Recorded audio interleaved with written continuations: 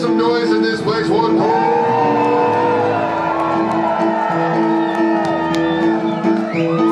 Listen up close so y'all don't miss as we go a little something like.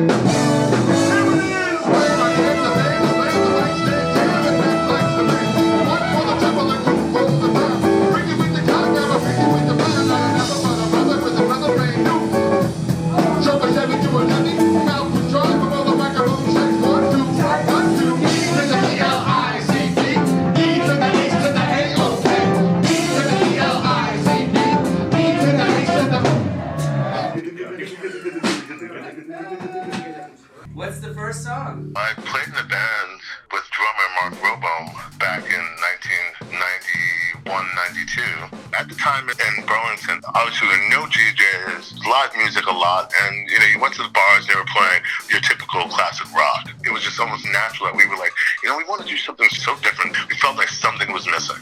But first things first, speak a new school era. I'm an old school. Bitches take the lectures like a big bright cleaner. Going through a the Cooper was how I go with the flow, feed the flow, finger the flow. Hip-hop was not even close to being crossover, and we had Kyle, white rapper from Vermont. Even that was just unheard of at that time. Hip-hop was not really accepted outside of, the areas of people of color. Having Kyle do his rap thing definitely brought a different tone to the music that we were playing. And then the other thing was to have female singers. We met at this one house. Jeremy was there. He said, "Oh, we're putting a band together. Would you like to come sing with us?" And then I saw them and I was like, "Oh my God, I definitely want to be a part of this band." I remember going to the Bailey Howe Library. There was like a little flyer that said, "Do you want to be in a band?" It looked cool. And so I, called and then went down and met Jeremy.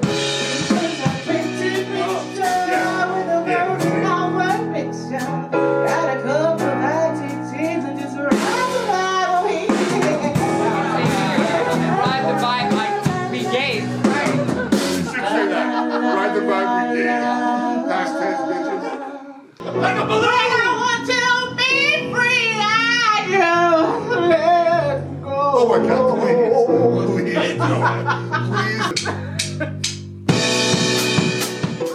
I remember there were a lot of our friends would come and there was kind of this sense of, these are our friends playing, and there was kind of like this dedicated group of people that would always come to the shows, and then it started growing. For about 4 or 5 years, we were doing like 200 shows a year. It was all the time. There wasn't any genre they can put us into. So when we went to record labels, they were like, "You guys are great, but if you're a hip-hop band, we'll sign you as a hip-hop band. You're a singing band, we'll sign you as a singing band. But what are we going to do with this band that's a crossover?" And we were not touring in Burlington and we go to play bigger cities. You definitely hear the one or two comments, because they knew that we're this so-called hip-hop band. But it's just people heard the music. It was just pretty much just respect, at least. I think on our show, there was a little bit for everyone.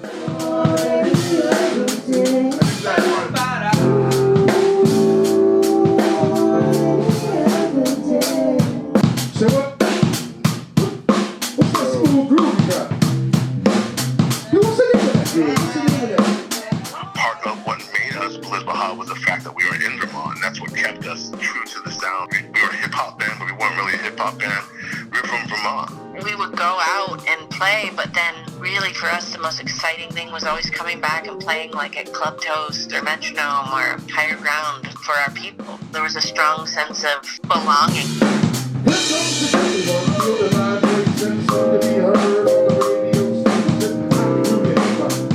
Towards the end, that's probably what broke us up. It was definitely the talk of, let's maybe think of going other places, think about our direction a little different, trying to get that radio hit.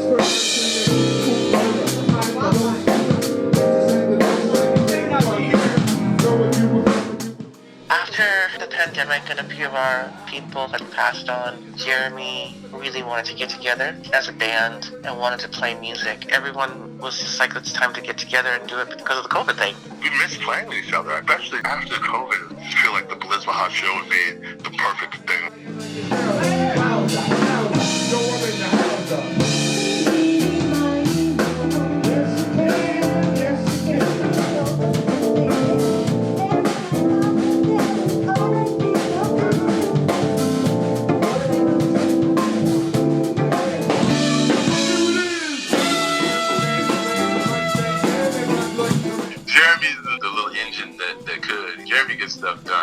played a tape that they had done a demo, and I was like, this is pretty cool music. He's like, yeah, we want to make a record. I was like, okay. It's interesting listening to the material this many years later. I'm still very happy with what we came up with. Their music doesn't spoil.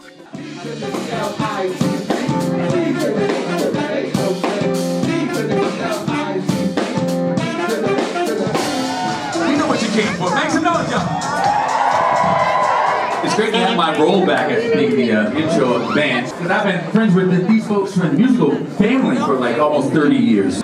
Ladies and gentlemen, back together again tonight here at High Ground, Burlington Vermont, Belizbeha!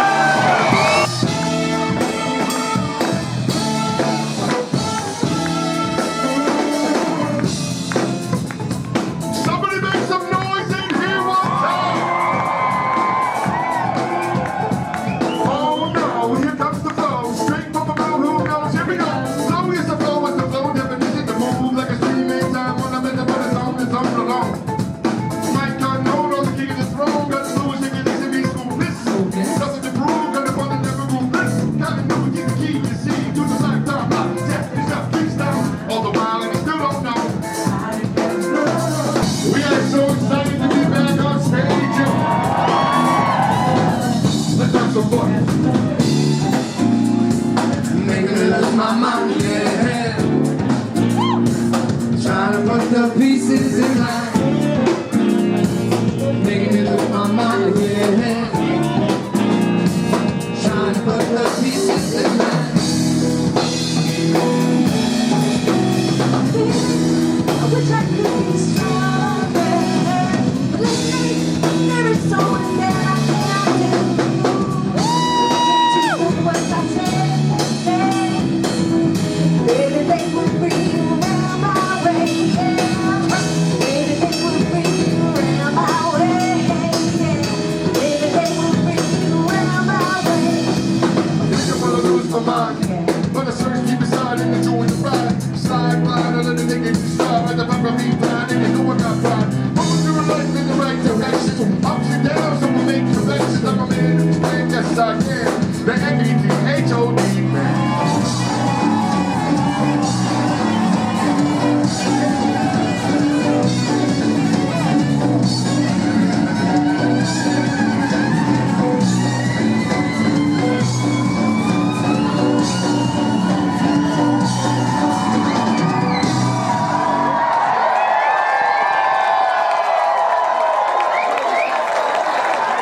So interesting because music, that's a place where if I just close my eyes and I kind of just soar and like dance, it's a space where it's weird because it's live, right, in front of other people doing this thing that is so personal, but it's like, it feels like a great release to be able to kind of do that and then just keep moving.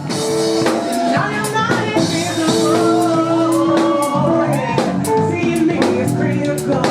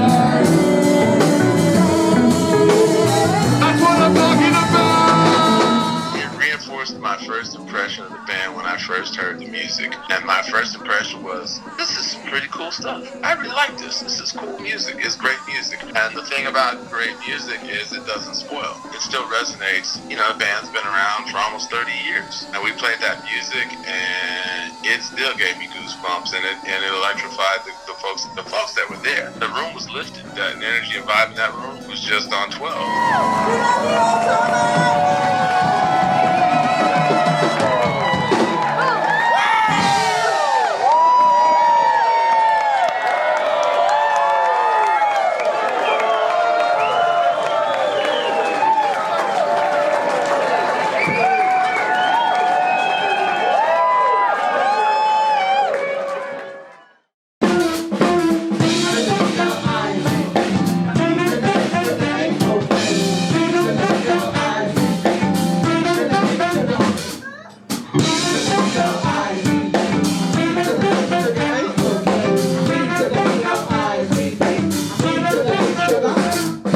What I always think about with us was how we were able to, like, we'd play a city one night, come back like 3 or 4 months later, and it would be almost packed. The third time we come through, we'd line out the door.